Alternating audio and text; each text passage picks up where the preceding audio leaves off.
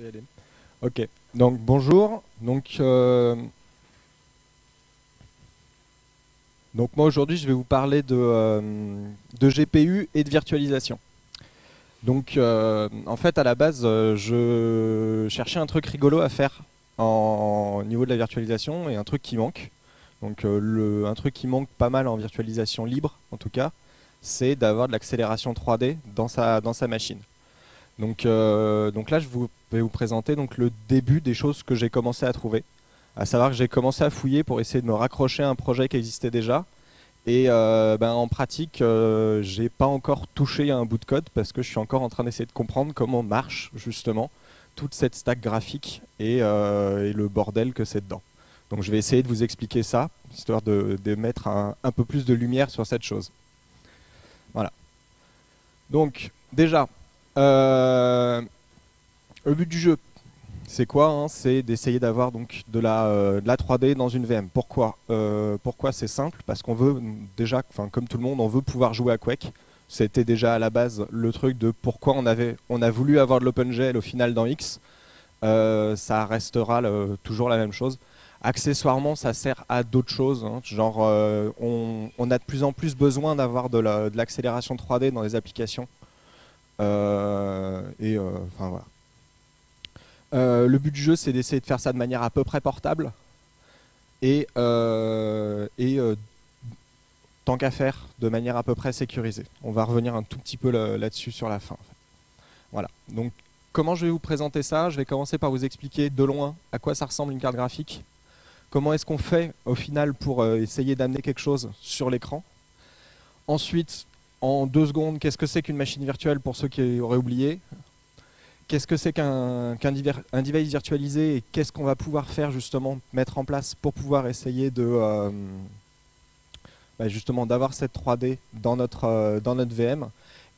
Pour finir, je vais vous présenter un projet, donc le projet sur lequel j'avais l'intention d'essayer de commencer à travailler, qui est Virgil 3D, qui est un projet qui est développé par un mec de chez Red Hat dans son temps libre dans un coin pour essayer d'avoir justement de la 3D qui marche correctement dans KVM. Donc, carte graphique, qu'est-ce que c'est? C'est ce truc-là. Ça fait pas grand-chose au final. Enfin, ça fait pas grand-chose. Ça fait pas grand-chose et ça en fait beaucoup trop. C'est simplement, ça va d'un côté permettre d'afficher des choses à l'écran. De l'autre côté, donc, on va avoir le support de tout ce qui est accélération vidéo, pour avoir du décodage qui va vite justement dans votre vidéo. On va avoir tout ce qui est accélération de rendu 2D et 3D. Et on a du calcul et du calcul donc déjà pour tous ces trucs là et du calcul généralisé, donc tout ce qui est GP GPU. Alors un pipeline graphique en général, donc simplement hein, comment est-ce qu'on se comporte pour pouvoir envoyer des triangles à l'écran quoi, au final faire un peu de 3D. C'est un truc qui est relativement compliqué. Ici, donc là, ce que je vous présente, c'est une grosse simplification d'un pipeline qui est déjà pas à jour. Là, je vous montre globalement, on voit trois stages, pardon, avant d'arriver à écrire quelque chose sur l'écran. En pratique, il y en a une dizaine. À chaque fois, sur chacun des stages, on va avoir des informations qui vont venir de l'utilisateur.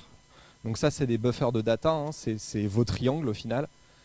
Tout ce qui est texture data, ça va être justement les images que vous voulez plaquer, enfin les textures, quoi, les images que vous voulez plaquer sur ces triangles. Et on va avoir aussi à chaque fois du code et du state. Donc le code, ça va être justement comment je veux transformer ces informations comment je veux transformer ces informations pour pouvoir les afficher à l'écran. Et pareil, comment est-ce que je vais pouvoir transformer ces informations de texture pour pouvoir faire l'affichage, enfin le calcul de lumière et l'affichage et au final trouver quelle est la bonne couleur à afficher sur chacun des points. Voilà. L'API d'un GPU, donc là je parle de l'API bas niveau du GPU, je parle pas d'OpenGL encore, on y vient. Globalement c'est la merde, c'est pour faire simple. On n'a pas les specs, ou on les a quasiment pas. Tous les GPU marchent de manière complètement différente. On n'a pas un truc standardisé comme on aurait sur un disque dur où globalement on parle tous plus ou moins la même chose, etc. Le state que contient une carte est gigantesque. Quand on veut virtualiser, on veut pouvoir, au final, ce qu'on va faire, c'est qu'on va essayer de maintenir pour chacune des VM qu'on va avoir le state du device qui correspond et le switcher de l'un à l'autre. Sur un disque dur où on a très peu de state au final, on a la commande qui est actuellement en cours et c'est à peu près tout, outre le storage en lui-même. Ici, on a un state qui fait plusieurs gigas. Donc ça va être assez compliqué, ça pose problème, quoi. Voilà. Et en plus, parce que sinon c'est pas drôle, on a du code qui s'exécute là-bas. Donc encore une fois, à virtualiser, ça va être drôle.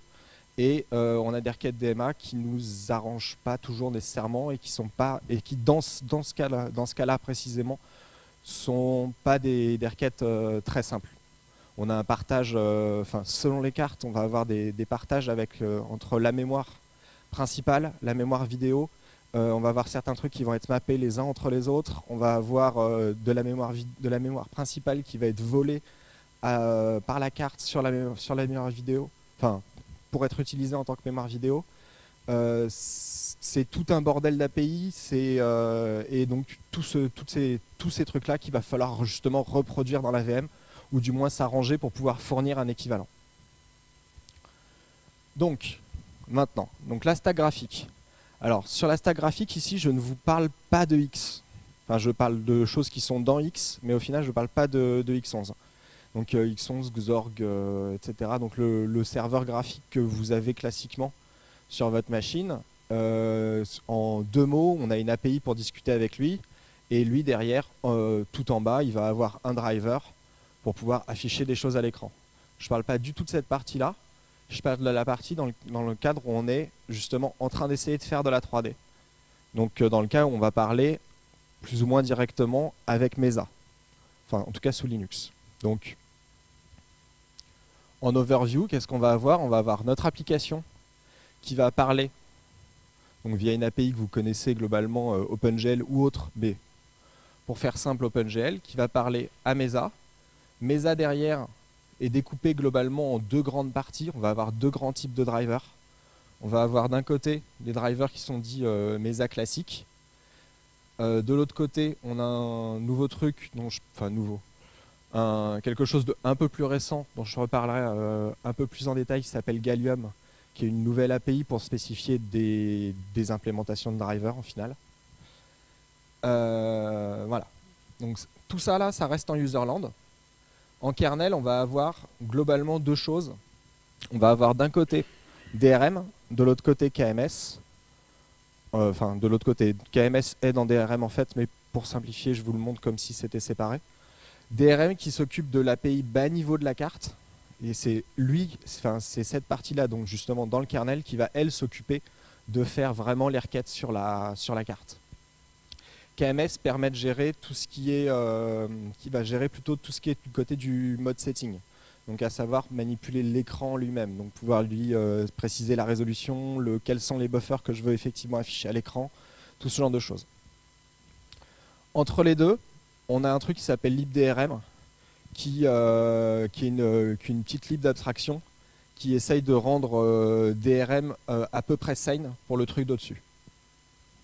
Alors, toutes les libs dont je vais parler, donc DRM, KMS, libdrm, etc., sont toutes développées, n'ont pas été développées d'un point de vue de n'importe qui va les utiliser. C'est-à-dire que DRM, globalement, le seul client qui est là, c'est Mesa au-dessus. Enfin, c'est libdrm et Mesa au-dessus. Donc la libdrm, par exemple, elle gère pas tous les cas qui sont intéressants, elle gère pas tous les cas qu'on peut gérer, elle gère uniquement le cas qui nous intéresse parce que de Mesa. C'est juste, elle est là pour séparer un peu de code, elle est à peu près à part, mais elle est complètement inclue dans le reste de la stack.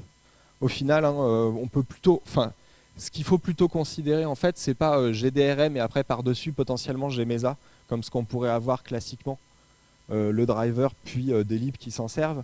Ici, en vrai, la seule chose, ce qu'il faut considérer, c'est j'ai un énorme driver et un énorme driver en fait au final qui a été découpé en deux, une partie en user et une partie en kernel. Voilà. On va revenir un peu plus en détail sur tout ce qui se passe à l'intérieur. Donc, Mesa. Qu'est-ce que j'ai fait? Je n'ai pas appuyé sur le bon.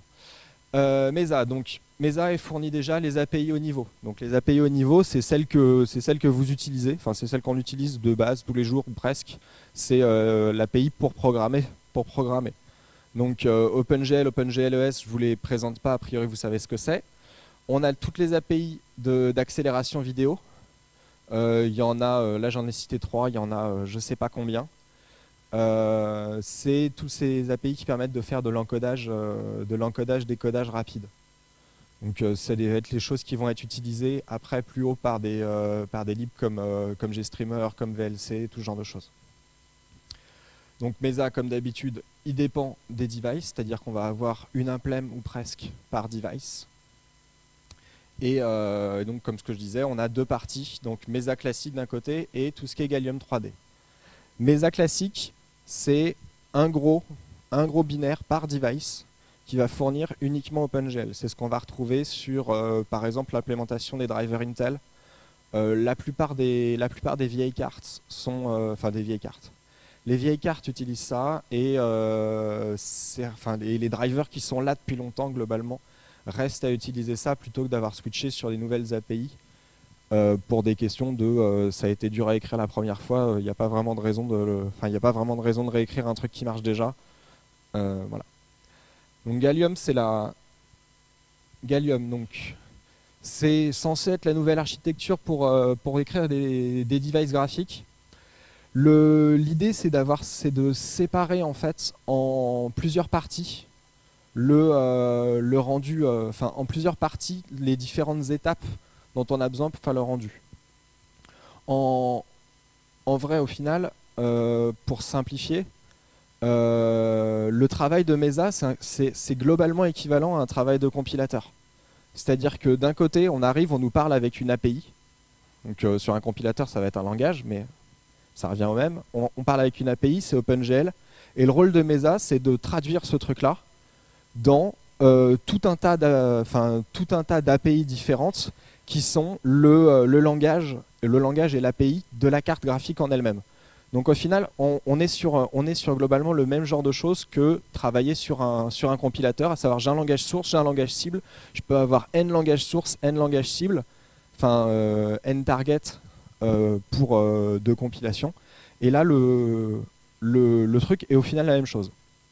L'idée de Gallium, hein, c'est simple, c'est de séparer justement correctement le front-end, donc à savoir la gestion des différentes API avec lesquelles vous allez parler, donc OpenGL, OpenGLES, DirectX, whatever au final, et de la target sur laquelle vous allez effectivement faire le rendu. Voilà. Donc on a un langage au niveau au final qui est traduit avec différents backends. Donc c'est vraiment exactement ce que fait le truc ici. C'est-à-dire qu'on a la libgl qui est le truc très haut niveau, on a un state tracker qui va au final être l'implémentation de telle ou telle API. Donc on va avoir un state tracker par exemple pour OpenCL, un state tracker pour OpenGL, etc. Ensuite, en dessous, on va avoir, il manque un bout ici, on va avoir tout ce qui est pipe drivers qui s'occupe de faire de la translation.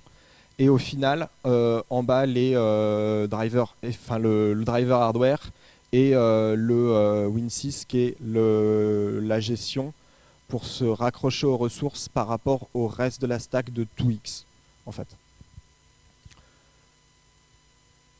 Hop. Donc voilà, donc les principaux devices que vous connaissez qui sont utilisés qui utilisent Gallium, ça va être Radeon, nouveau, donc qui sont les drivers pour ATI et Nvidia libres. Il y en a d'autres. Voilà. Ce que fournit aussi Gallium, justement par la même occasion, c'est du fallback software. C'est-à-dire qu'on va avoir aussi potentiellement on va avoir une implémentation software et des bouts d'implémentation software qu'on va pouvoir plugger plus ou moins dynamiquement à certains moments du rendu. C'est-à-dire que si votre carte On a différentes versions. Pour faire simple, imaginons, on a différentes versions d'OpenGL. On a OpenGL 3, 3 points machin, 3 points truc, 4, etc. Et il y a certaines parties dans ces API qui n'ont pas vraiment besoin de hardware, ou du moins qu'on peut émuler relativement facilement. Ce qu'on va pouvoir avoir ici, justement, c'est une émulation qui va être faite en software pour pouvoir, juste sur les petits bouts qui manquent, et réinjecter le reste dans le pipeline. Voilà. Ok. Donc de loin, à quoi ressemble Gallium et qu'est-ce qu'il expose? C'est juste un overview, on en a besoin pour la suite, c'est juste pour ça que j'en parle. Donc, ce qu'on va avoir principalement, en fait, déjà, c'est ce qu'on appelle des ressources. Une ressource, c'est rien, c'est un bout de mémoire qu'on va dédier à faire certaines choses. Donc, ça va être des textures, des buffers en général. Un buffer, ça peut être un buffer de data, ça peut être un buffer de code, ça peut être tout ce genre de choses. Ensuite, on va avoir un écran. L'écran, c'est quoi? Ça va être l'abstraction de la carte, en fait, au final. Donc, qui va permettre donc, de créer un contexte, de donner accès à l'écran et de permettre la création de ces ressources. Ensuite, donc, on va avoir, c'est super d'avoir écrit des listes dans le désordre, on va avoir donc des contextes.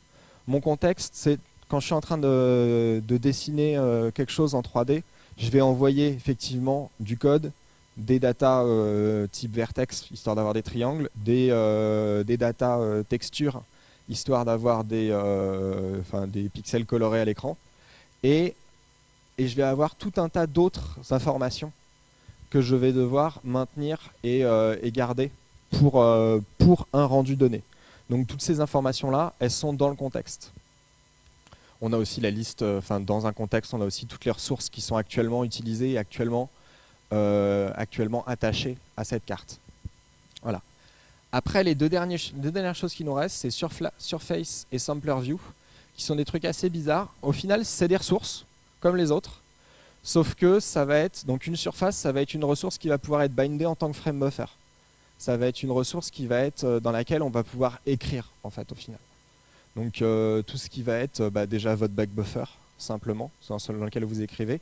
Si vous voulez faire du rendu sur une texture, ça va être ça aussi. Si on est en train de faire de l'OpenCL et qu'on a du tableau d'output, ça va être une surface au final. Ce genre de choses. Et après, on a tout ce qui est sampler view. Donc une sampler view, c'est une ressource qui va être utilisable dans du code qu'on a envoyé sur la carte. Globalement, votre carte, la seule chose que vous faites, c'est que vous avez plein de points d'entrée dans lesquels vous allez mettre du code. Et ensuite, vous allez lui dire, vas-y, dessine avec tout ce code-là, en ayant alloué, justement, dit, bah ouais, telle ressource que j'ai mis là, c'est mes vertices d'entrée. J'aimerais qu'elles soient accrochées à tel nom de variable dans mon shader pour pouvoir ensuite continuer de les utiliser. C'est simplement l'abstraction qui permet de faire le binding entre les différentes ressources, entre les différents buffers pour pouvoir faire le rendu. Hop. Ensuite, donc, on y arrive, le code en lui-même. Alors, il y a plusieurs méthodes dans Gallium pour pouvoir avoir du code. Je vous présente la méthode classique. Les autres, elles sont encore marquées très très expérimentales. Donc, c'est langage de shader qui a été écrit à la base pour Gallium, qui s'appelle donc TJSI. TJSI, c'est pour Tungsten Graphics Shader Infrastructure. Tungsten Graphics, en fait, c'est une boîte qui n'existe plus depuis un certain temps déjà, qui en fait vient d'une autre. Donc à la base, on avait Precision Insights, oui, ça doit être ça le nom exact, qui en fait c'est eux qui ont amené DRI. Donc DRI, c'est toutes les interfaces qui s'appellent donc Direct Rendering Infrastructure. C'est le OpenGL au final sur X. Donc de là est né un peu après, donc boîte renommée ou fusionnée, je ne sais plus exactement, en Tungsten Graphics. Tungsten Graphics ont continué de travailler sur DRI et sur d'autres choses, donc ils ont sorti Gallium, ce genre de truc, et après ils ont été rachetés donc en 2008 de mémoire par VMware. au moment où VMware voulait faire sa super carte graphique virtualisée qui marche, etc. Donc voilà. Donc la boîte n'existe plus. Les gens travaillent encore un peu dessus, avec marqué VMware dessus, mais voilà. Donc c'est le TJSI, en fait, c'est un langage intermédiaire pour les shaders. C'est donc c'est une API, enfin c'est du texte. C'est pas un langage, c'est un langage intermédiaire, mais c'est pas comme ce qu'on va avoir sur la représentation intermédiaire de LLVM, où on va avoir une représentation binaire, etc. Ici c'est du texte. Bon, pourquoi pas. L'API est pas stable du tout. Donc l'API, le shader même change de temps en temps parce qu'en fait on avait oublié un bout, etc. C'est super pratique pour développer, c'est trop bien. Voilà.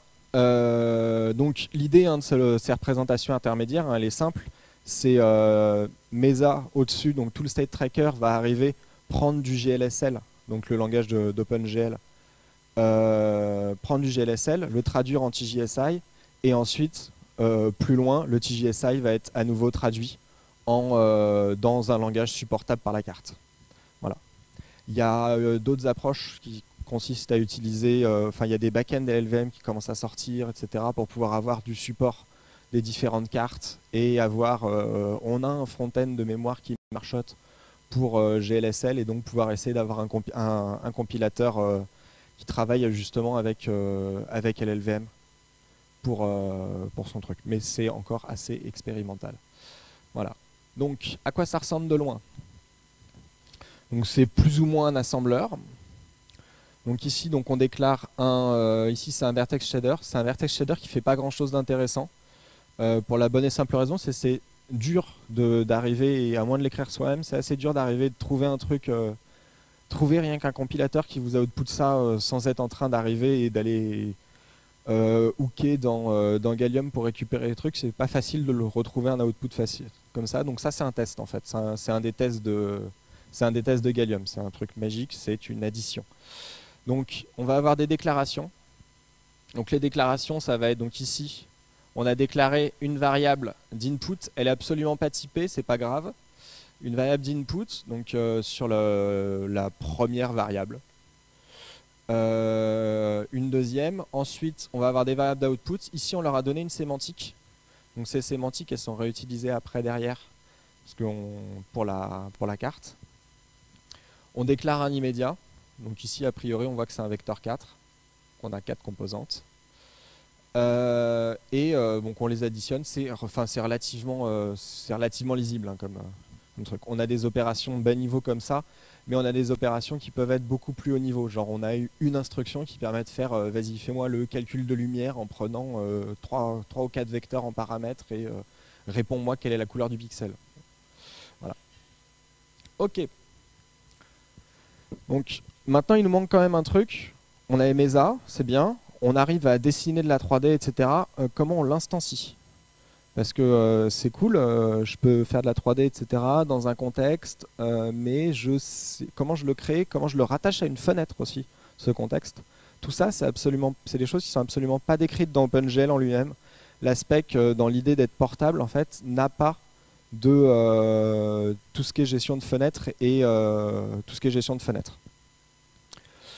Donc, on va avoir globalement 2 API utilisées sous Linux pour ça. Donc GLX, qui est le truc classique qui est utilisé sous X, et de l'autre côté EGL, qui est un truc un peu plus récent qui permet de faire, donc ces deux-là permettent de faire la même chose, hein, savoir créer un contexte graphique, pouvoir binder des surfaces et pouvoir au final dire dans quel endroit j'ai envie d'écrire.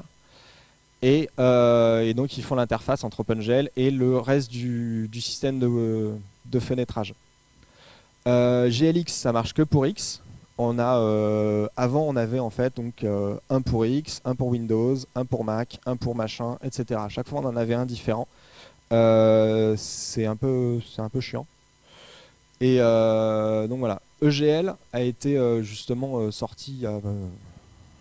J'ai pas la date en tête.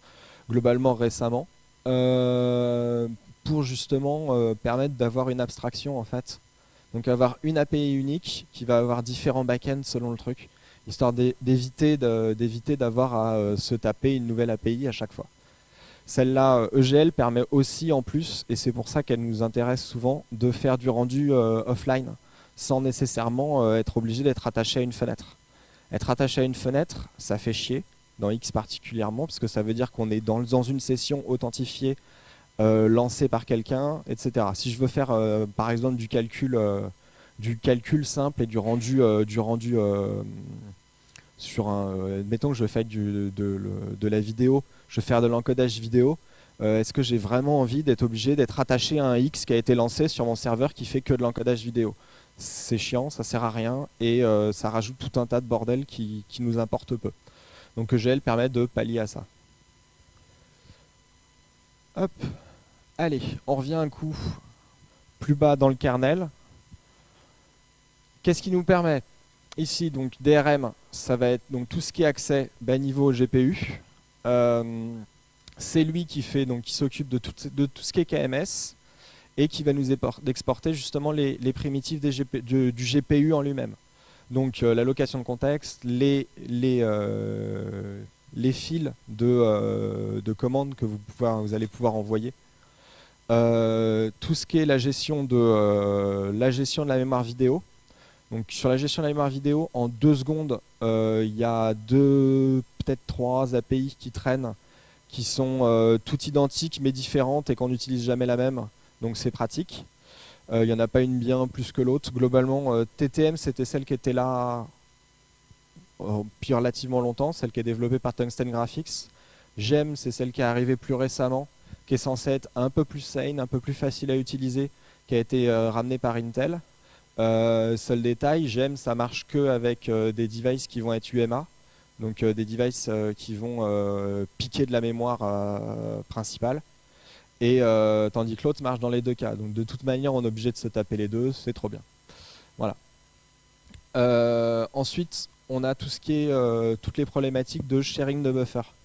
J'ai 2 applications qui sont en train de tourner. J'aimerais pouvoir faire passer un buffer d'une application à une autre, voire même simplement ça, ou même pouvoir passer d'un device à un autre des buffers. Quand vous avez 2 cartes graphiques qui sont branchées sur votre machine et que vous avez un écran sur chacune et que vous faites hey, j'aimerais faire passer ma fenêtre de cet écran là à celui-là, et ben c'est pas très drôle, il va falloir passer tous les trucs et voilà, donc ça va se passer, on va pouvoir avoir du sharing via ces API là.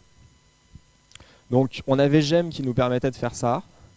La méthode qu'ils utilisaient est globalement pas top, dans le sens où c'est possible de la faire race assez facilement et donc de pouvoir aller faire n'importe quoi avec les allocations de buffer graphique. Pratique. Voilà. DMABuf qui est donc une version plus récente pour faire juste le sharing, qui va nous permettre de nous donner en fait un file descriptor et pas juste une vraie API qui va permettre de passer via un FD correctement une ressource d'une application à une autre ou d'un écran à un autre, whatever. Voilà. Donc, j'ai déjà dit, mais refaire. DRM donc, qui wrap tout, enfin la lib DRM qui wrap tout en userland. Ok. KMS en lui-même. Ouh. C'est fini après. KMS, donc c'est les API kernel pour faire tout ce qui est gestion de la résolution. Ça nous permet de le faire sans être root si on demande gentiment. L'idée au départ d'utiliser KMS plutôt que d'avoir l'ancien modèle, l'ancien modèle c'est ce qu'on appelle UMS, c'est pour Userland Mode Setting. Voilà. C'est déjà d'avoir éviter un truc bête, mais votre écran il arrête pas de clignoter quand vous êtes en UMS, quand vous êtes en train de démarrer, parce qu'il y a le kernel qui commence à utiliser la carte graphique. Finalement l'autre commence à dire non c'est à moi, donc il y a la résolution qui change 3 fois et ensuite on continue, finalement il a planté, il revient dans le kernel, ça reflique, enfin c'est génial, c'est beau, donc ça évite ça. Ça permet de switcher assez facilement de VT, c'est couillon, mais quand vous avez vos VT qui sont gérés par le kernel, que vous avez votre section X qui est gérée par un truc en userland et que vous passez de l'un à l'autre, il faut déplacer tout le contexte, le sauver, le balancer, donc ça prend 4 ans. Ça permet d'éviter ce genre de choses là. Ça permet aussi un truc très bête, si votre machine est plante, et vous avez un X lancé en UMS, votre panique, vous le verrez jamais. Parce que l'appli, elle est complètement plantée, le truc, il a arrêté de bouger, il fait plus rien, et vous n'allez plus pouvoir afficher quoi que ce soit. Donc voilà. Et accessoirement, pour les gens que ça intéresse, il paraît qu'on peut économiser de la batterie avec ça. Voilà. Ok. Bon, c'est bien. Donc on a plein d'API, on a plein de trucs, c'est Bagdad. Maintenant, comment est-ce qu'on fait pour mettre tout ça dans une VM? C'est pas drôle. Donc, une VM, à quoi ça ressemble? Donc, moi, je vous parle que de QEMU et KVM. Donc, KVM, c'est l'hyperviseur de Linux. L'idée, c'est d'avoir un hyperviseur relativement léger qui réutilise Linux, parce qu'on a déjà plein de codes dans Linux et il n'y a pas de raison de ne pas l'exploiter. Et voilà.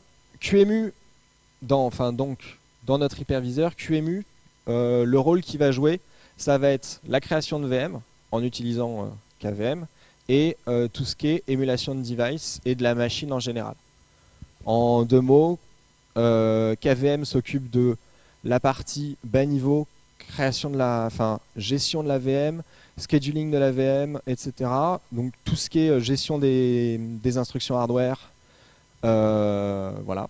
Et QEMU s'occupe de faire ressembler un truc qui au final a juste de la mémoire et un CPU, le faire ressembler à peu près correctement à une vraie machine. Voilà. Donc nous, si on veut une carte graphique, on va vouloir la mettre dans QEMU. Enfin au moins en partie.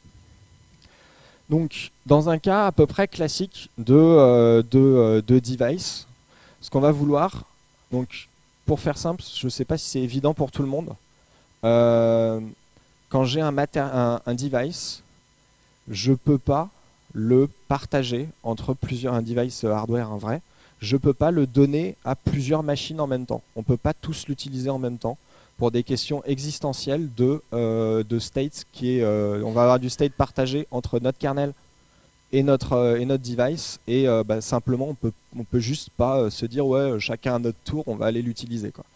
L'exemple classique, c'est simple, c'est j'ai un disque dur, je suis en train de faire une requête DMA dessus pour aller lire, il y a la requête qui est en train de se faire, il y a le voisin qui arrive et qui fait hey, moi aussi je veux m'en servir, il arrive, il commence à balancer sa requête dessus, c'est bien, ça annule la précédente, voilà, ça marche pas.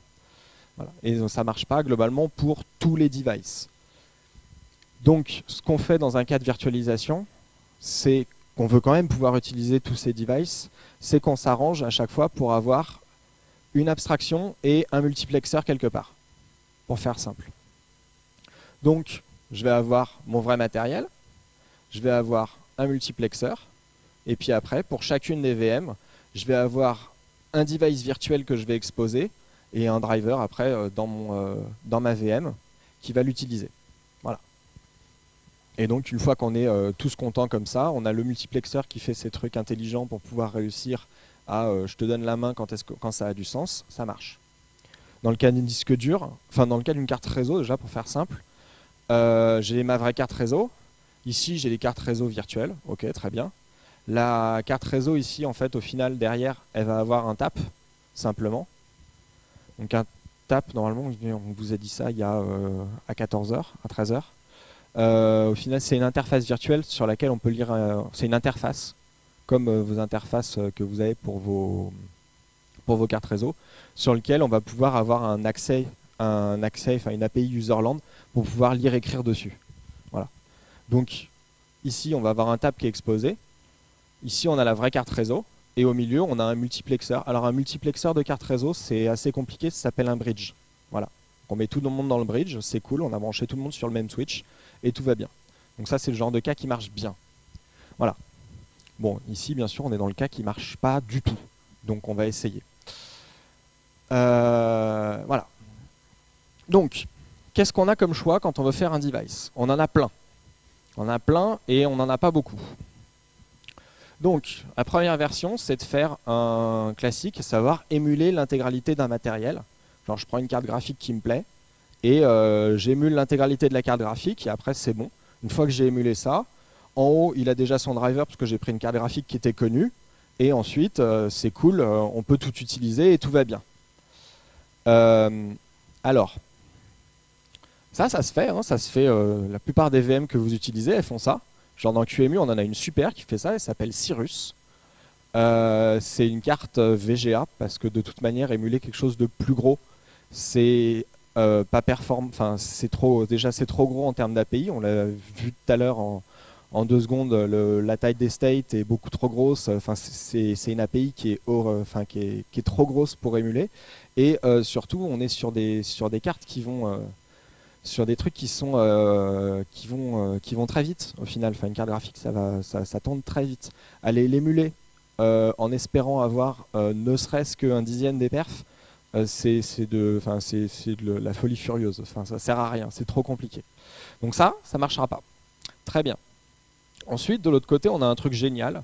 Pour filer un device à une VM, le plus simple, c'est encore de lui prendre le device hardware et de lui donner directement. Alors ça, c'est cool.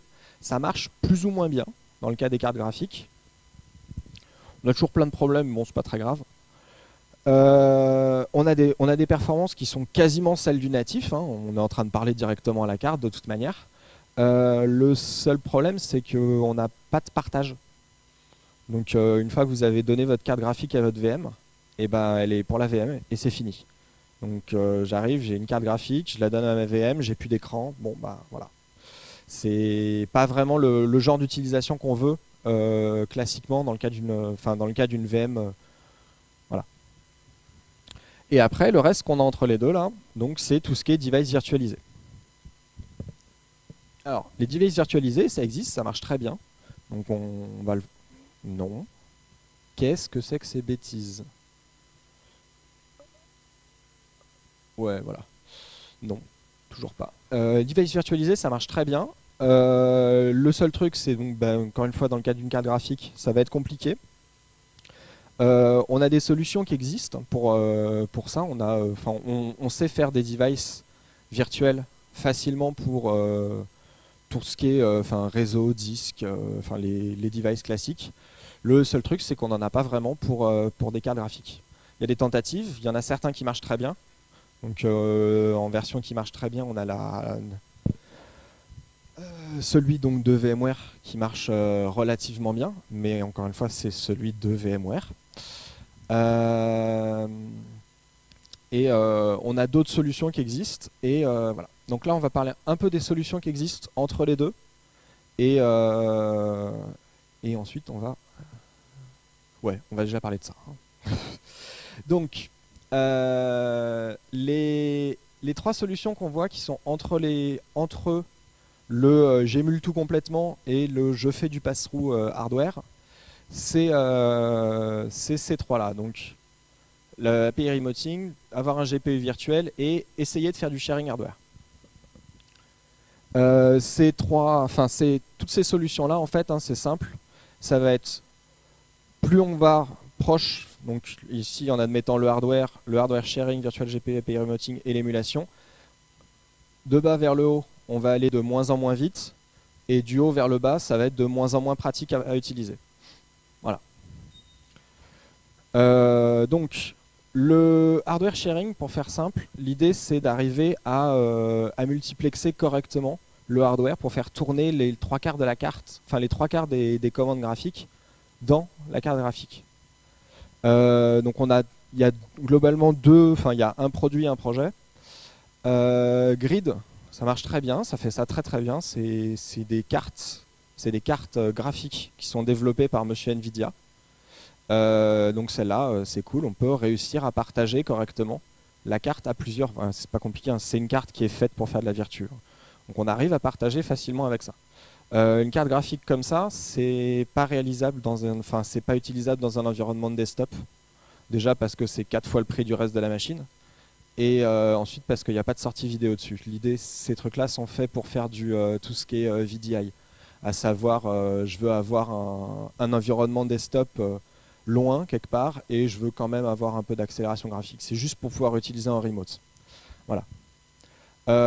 On a XenGT qui est sorti il n'y a pas longtemps, qui est un truc qui est développé par messieurs de chez Intel de mémoire, qui permet donc justement de faire de l'émulation qui virtualise uniquement les accès privilégiés et le reste essaye de les exécuter sur la carte directement.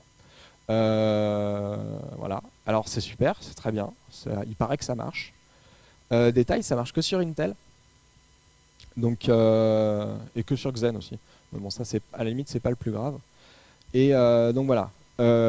Quand on essaye de faire quelque chose, on essaye de le faire marcher partout. Même si c'est bien, ça donne des bons résultats, mais là, l'idée, c'était d'essayer d'avoir une solution qui marche et qui soit portable. Enfin, globalement, moi, j'ai envie de pouvoir utiliser de la 3D dans une VM. J'aimerais juste pouvoir avoir des extensions de virtualisation et avoir une carte 3D. Et pas juste être limité à oui, mais tu marcheras que sur celle-là, etc.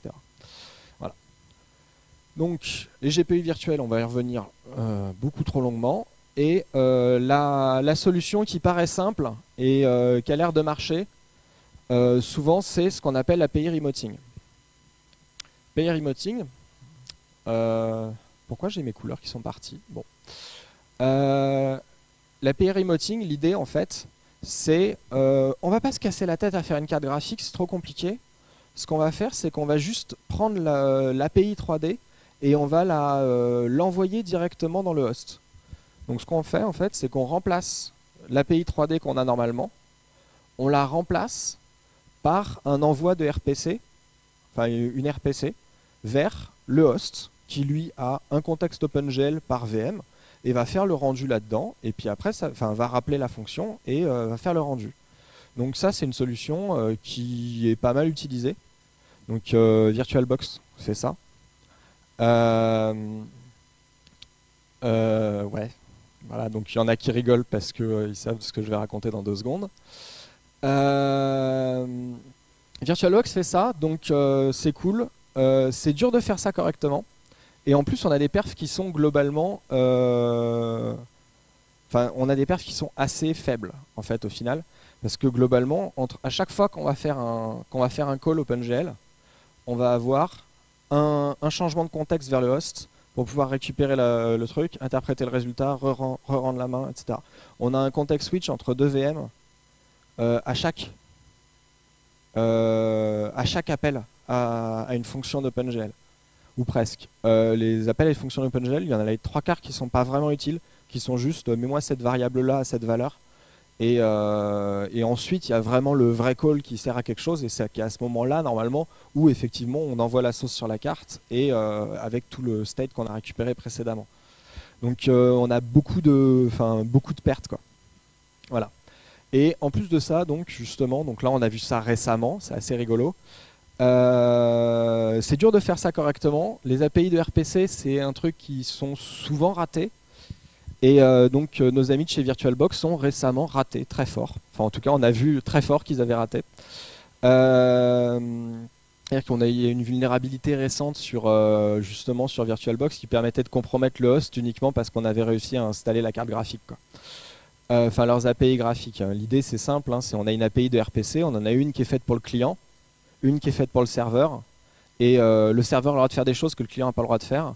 Mais si on se dit qu'on va mettre le même switch d'interprétation chacune des commandes du RPC, qu'on va mettre exactement le même dans le client et dans le serveur, c'est pas très drôle. Enfin, ça peut donner des résultats assez intéressants. Donc le serveur a le droit d'écrire, parce que pour aller plus vite, a le droit d'écrire directement en mémoire sur le guest, ce qui a du sens, il a le droit, c'est le host. Par contre, dans l'autre sens, c'est vraiment pas normal. Voilà.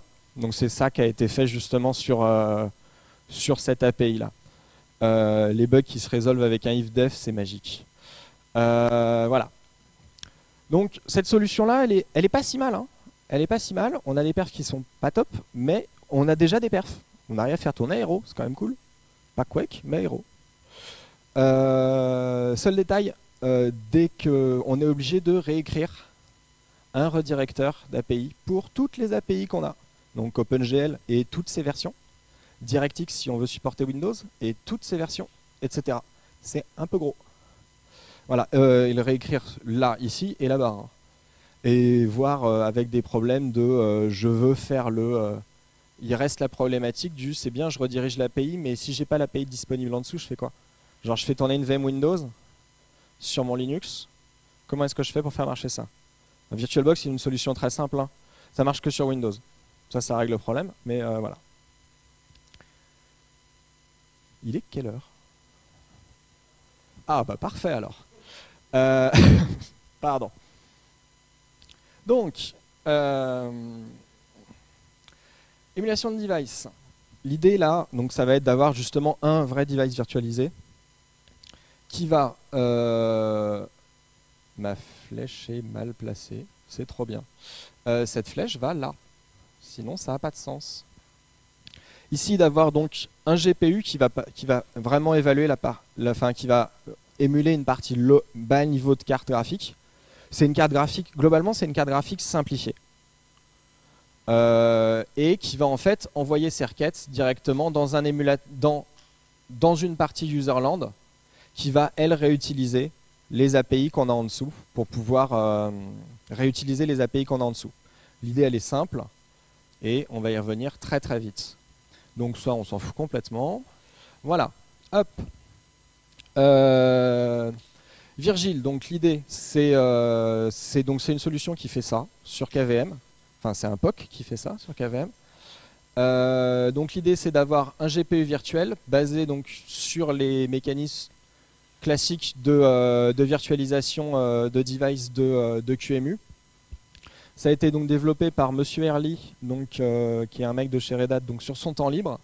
On a une version 2D et 3D, et pour l'instant la 2D marche bien, la 3D un peu c'est technique. Voilà. L'idée donc justement c'est que c'est portable. Pourquoi hop, ça on s'en fout, on va la refaire. Hop, voilà. L'idée c'est qu'en fait, donc j'ai mon GPU virtuel. Ce qu'il fait en fait, c'est qu'il utilise une API Gallium directement pour discuter entre le GPU, virtuel et le host. En fait, on discute via une API Gallium directement. Enfin, c'est un équivalent de l'API Gallium qu'on balance via une queue au final, et on va reprendre ça, le réinterpréter, le retraduire en OpenGL au final, et utiliser OpenGL bêtement. Parce qu'on a déjà OpenGL en dessous et on le fait et il n'y a pas de problème. On est chacun dans notre application séparée et tout va bien, ça marche. Voilà, donc l'idée c'est à partir du moment où j'ai OpenGL, plus ou moins, à partir du moment où j'ai OpenGL dans mon host, je vais pouvoir avoir de la 3D dans mon guest. Donc voilà. Il me reste moins 5 minutes, c'est ça, ou moins 15?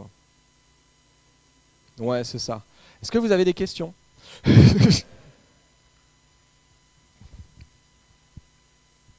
Ouais. Quelques années, on a vu apparaître des POC sur des malwares qui utilisaient la carte graphique. Et là, je n'arrive pas à comprendre si le malware s'exécute, il prend le contrôle de la carte graphique puisqu'elle n'est pas partageable. Donc j'ai plus d'écran. Ou il y a quelque chose qui m'a échappé.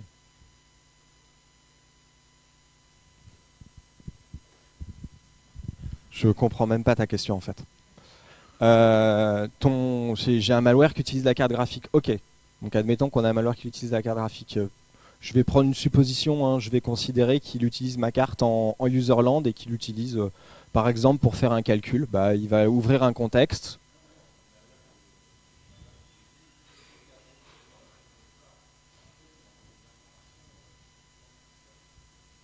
D'accord. Donc il est juste en train d'écouter ce qui se passe sur la carte au final.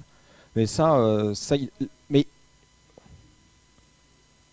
oui, mais ça c'est pas un problème. Ça n'a jamais été un problème. Je peux très bien lancer 2 applications 3D en même temps sur ma machine. Ça marche très bien. Ça arrive à peu près souvent. L'exemple classique, c'est je lance mon navigateur préféré qui utilise souvent une API graphique 3D. Et de l'autre côté, bah, j'ai Aero qui tourne de toute manière. Voilà.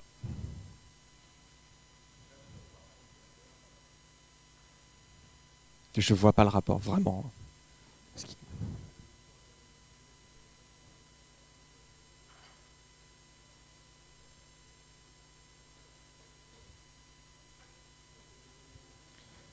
Là, on n'a pas de problème là, on n'a pas de problématique d'IOMMU. On n'est pas du tout en train de parler de. On ne parle pas à un device en fait au final. Le device qu'on a qui est virtualisé, il est vraiment, c'est du soft pur. On est en train de partager on partage des buffers effectivement, mais on partage des buffers via les AP, enfin, c'est via Nmap, hein, bêtement en fait au final.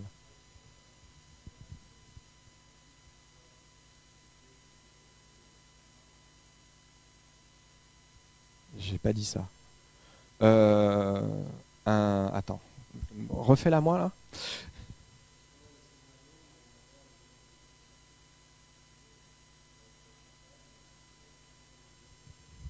Je vois même pas comment il pourrait se loger justement dans la carte en fait déjà.